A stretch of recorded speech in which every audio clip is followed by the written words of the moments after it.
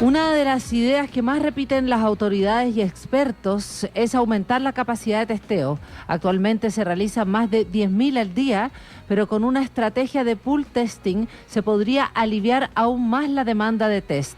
El procedimiento mezcla las muestras de un conjunto de personas para obtener solo una y someterla a pruebas de laboratorio. De resultar positivo, se procede a aplicar exámenes a niveles individuales, mientras que si sale negativo, se descarta la posibilidad de contagio para el grupo entero. La técnica ya se aplica a nivel internacional y acá en Chile se está empezando a probar lentamente. Médicos del Hospital Luis Calvo Maquena implementaron el método y pudieron testear a 5 personas en tiempo en el que se testearía solo a uno. Ya, vamos a profundizar en este tema. Está en línea con nosotros hasta ahora el investigador del Instituto de Sistemas Complejos de Ingeniería, Charles Traves. Charles, buenos días. Hola, buenos días. Oye, partamos, ¿cómo funciona el pool testing? Muy interesante esto. A ver, el pool testing data de alrededor del 1943, ¿ya? Esto fue una idea que en su momento se aplicó a soldados, ¿ya? Donde se les quería testear acerca del sífilis, ¿ya? Y por la escasez de recursos, ¿ya? Que no habían tantos test para hacerle a cada soldado, entonces decidió agruparlo, ¿ya? Y entonces en vez de ocupar un test para cada soldado, ¿no es cierto?, se ocupó un test para cada 5 soldados, un grupo de soldados, ¿ya?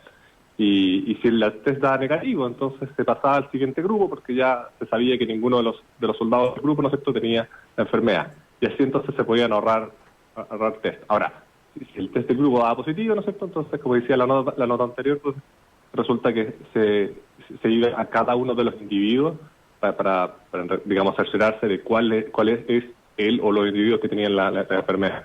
Y esta idea después pasaron muchos años y digamos, quedó ahí, digamos, en esta aplicación. Y después mucha gente la fue retomando y reperfeccionando en años posteriores, ¿ya? Y ahora, bueno, renace, digamos, de estas cenizas para aplicarla con el COVID-19. ¿Cómo se aplicaría en este caso? ¿De la misma manera? ¿Y qué beneficios traería? A ver, hay varios puntos. Un punto es el punto teórico y otro es el punto práctico, ¿ya? Entonces, a ver, el punto teórico es de qué tamaño es el grupo, ¿ya? Porque cuando se habla de pool testing, uno puede escoger 2 personas por grupo o puede hacer grupos de 20 personas, ¿ya? O sea, la primera pregunta es como, ¿cuál es el tamaño, por así decirlo, óptimo, ¿ya? Y la respuesta a esa pregunta depende un poco de la prevalencia que tenga la enfermedad, ¿ya? Entonces, bueno, hay una fórmula matemática y uno puede calcularlo, el tamaño de grupo óptimo, ¿ya? Para cada nivel de prevalencia, vale decir, o sea, si la prevalencia de la enfermedad es del 1%, el tamaño óptimo es alrededor de 10 personas. ¿Ya? ¿Qué es prevalencia? La prevalencia, por ejemplo, la prevalencia se refiere a con qué porcentaje de la población que yo testeo tiene la enfermedad, con qué probabilidad alguien tiene la enfermedad. Ahora estamos en el 50% según, por ejemplo, espacio público en la región metropolitana. Claro, también esto depende un poco de a quién tú testees. Porque, por ejemplo, si yo voy a testear gente, por ejemplo, que vive en un asilo de ancianos, gente que quizás es muy riesgosa, pero, o sea, claro, es riesgosa es que se enferma, pero gente que quizás no necesariamente va a tener la enfermedad, solamente que yo me quiero asegurar de que no la tenga, o personal médico en un hospital. La prevalencia, o sea, debería ser alrededor del 1, 5%. O sea, si yo testeo a 20 personas, quizás 1 o 5 me van a dar positivo. ¿Se entiende? Pero claro, si hablamos de la prevalencia de los pacientes que son sintomáticos y llegan al hospital o a la clínica, eso pasa ahí, por supuesto que la prevalencia es mucho más alta, porque ya presentaron síntomas, por lo tanto la probabilidad de que tengan la enfermedad es más alta. ¿De qué manera podría este mecanismo, este procedimiento, no sé cómo llamarlo, Charles, esto privilegia finalmente cantidad o rapidez sobre precisión, o de qué manera podría, bueno, de aplicarse masivamente, incidir para enfrentar la pandemia? Simplemente yo diría que es el uso de recursos, ¿ya? El ahorro en el uso de recursos. Entonces, y además también te ayuda en cuanto a la rapidez, ¿ya? Porque en cuanto al uso de recursos, ¿ya? Por ejemplo, en vez de ocupar, si tú tienes 1.000 personas y tú quieres testear a 1.000 personas, en vez de ocupar 1000 test, ¿ya? Yo podría quizás en promedio ocupar del orden de 300, 400, ¿sí? O sea, es un ahorro, digamos, significativo, más de la mitad, ¿ya? Entonces, digamos, eso significa que si en vez de ocupar 1000 test en 1000 personas, yo ahora puedo ocupar 1000 test en más de 2000 personas. Claro. ¿Ya? Entonces hay como un ahorro de recursos. Y también, en parte, hay un ahorro de tiempo, porque en el fondo yo puedo testear un grupo y si me sale negativo, después voy y testeo al siguiente grupo. Y me olvido de toda la gente de ese grupo porque ya salió negativo. Y yo, ¿en qué recintos o en qué lugares sería útil hacerlo y dónde lo han hecho? A ver, a nivel mundial, donde ya se está implementando, no tengo entendido que no en toda la población, pero en gran parte es en Israel y en Nebraska, en Estados Unidos, ¿ya? Ujú. Y en Chile, ya bueno, la otra vez una nota en el diario de la Universidad Austral que está trabajando en esto, y también médicos de la Universidad de Chile que también han estudiado pilotos para poder aplicar esto con grupos de 5 pacientes, ¿ya? En donde, entonces, digamos, esto está como a puertas de que ya se pueda aplicar, digamos, de manera como más, no tan solo piloto, pero que digamos que se pueda aplicar bien, de manera un poco más estandarizada. ¿Y dónde se puede aplicar? Yo diría que en todas las aplicaciones, excepto yo diría quizás en casos donde tú tienes pacientes que, si tú tienes un paciente, digo paciente porque ya presenta todos los síntomas y tú quieres testearlo, yo creo que ahí quizás aplicar pool testing no se justifica porque esa prevalencia es muy alta, es una probabilidad muy alta de que este paciente tenga la enfermedad. Entonces, si metemos a 5 pacientes que presentan muchos síntomas en un grupo y yo los testeo y testeo al grupo, es muy probable que ese test me dé positivo. Igualmente voy a tener que testear a cada uno de ellos, ¿sí? Estamos conversando, ustedes escuchan al investigador del Instituto de Sistemas Complejos de Ingeniería, Charles Craves. Charles, desde esta dinámica, ¿cómo se establecen está este procedimiento, está este mecanismo, esta forma de testeo? ¿Cómo se combina con, bueno, lo que hace la autoridad pública, la autoridad política, finalmente, cuando vivimos situaciones como las que estamos registrando ahora? Bueno, hay veces que hay súper buenas ideas y que esas ideas a veces no son tan conocidas, pero creo que en una emergencia como esta, digamos, todas las buenas ideas que pueden ayudar, ¿ya? Claro. Ya sea salvar vidas, ya sea que la economía no tenga un shock tan fuerte, a salvar más vidas, etcétera, creo que son rescatables y obviamente todas estas, por así decirlo, ideas un poco novedosas, todas conllevan sus riesgos, por lo tanto no es como que llegan y parten y se implementan masivamente. Claro. Entonces, en este caso, por eso se han hecho estudios, por ejemplo, estos médicos de la Universidad de Chile han estudiado el pool testing con el COVID-19, ¿ya? Porque es distinto que alguien estudie estudie el pool testing con otra enfermedad, ¿ya? Que después diga, bueno, entonces hago el tiro con el COVID-19. Que quizás el pool testing no funcionaría, ¿sí? Funcionaría, me refiero a lo que hace pool testing es mezclar 5 muestras, suponiendo que tenemos un grupo de 5 pacientes, y les aplicas el mismo test que le aplicarías a una persona. Entonces la primera pregunta es, bueno, si una persona de ese grupo de 5 tiene la enfermedad y yo mezclo las muestras, ahora ese nuevo test en este grupo me va a dar también positivo con la misma probabilidad, por así decirlo, y esas preguntas como que son súpermente relevantes de averiguar antes de llegar y aplicarlo masivamente. Y digamos, esa fase ya se hizo, ¿ya? Por lo tanto, creo que ya estamos en la fase de poder aplicar esto, ¿sí? Ahora, una vez aplicado un grupo, donde entiendo la idea no es aplicarlo donde exista mucha prevalencia, sino que, por ejemplo, uno podría pensar, estoy pensando así como en cosas que sean útiles para poder después, por ejemplo, colegios, si es que entran al colegio, grupos como de esa, por ejemplo, de ese nivel, y después eso, ¿qué se hace con esa data? ¿Se georreferencia de manera tal de establecer que hay ciertos grupos que son los más riesgos o no? ¿Cómo se utilizaría después esa data para que fuera útil, digamos, para detener esto?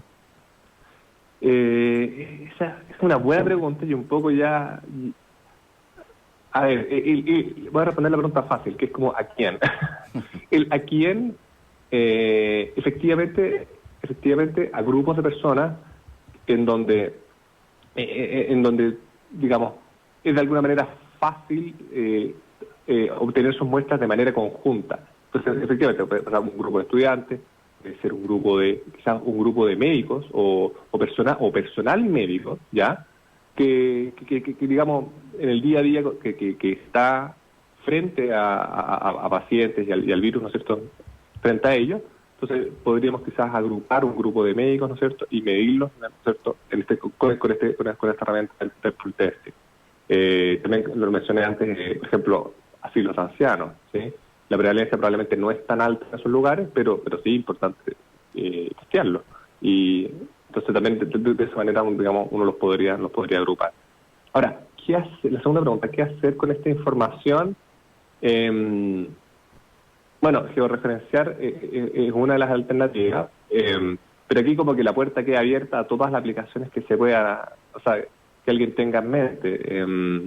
No se me ocurre como...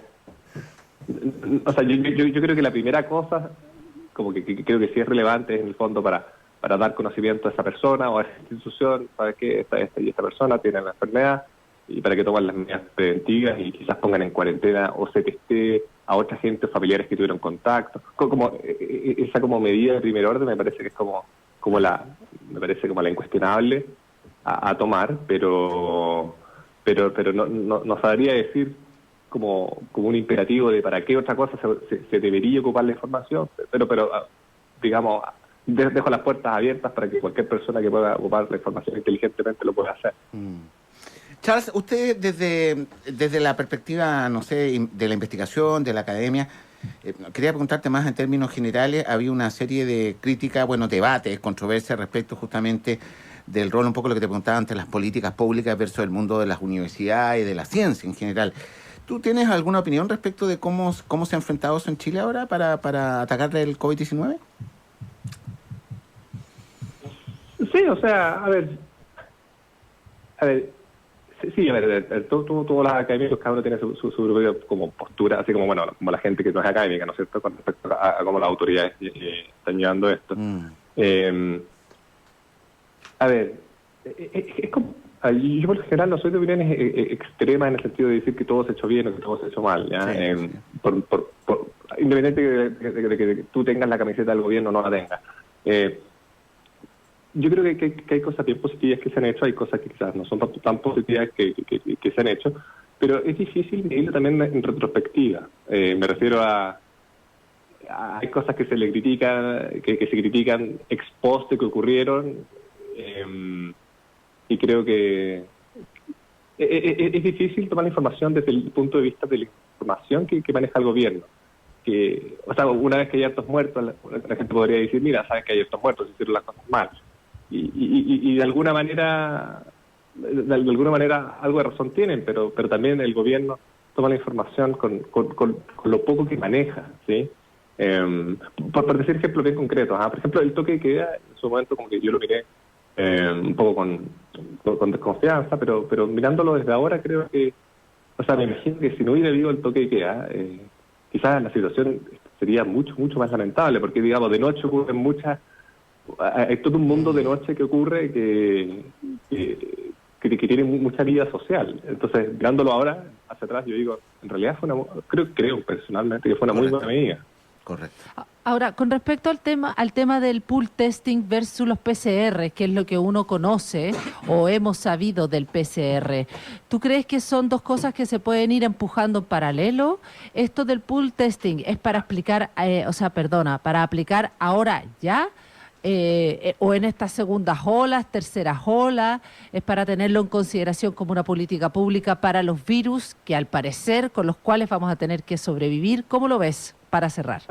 A ver, para cerrar, solamente una aclaración, que el pool testing no es como pool testing versus PCR, porque el pool testing se hace ocupando PCR. El PCR es este método para testar a una persona, ¿no es cierto?, donde se le saca una muestra, y eso se lleva a un laboratorio, se mete, ¿no es cierto?, a todo un sistema, y si da un líquido fluorescente en menos de ciertos ciclos, entonces positivo, sino negativo. El pool testing ocupa el PCR, solamente que en vez de ocupar una sola persona, ocupa como un grupo de personas.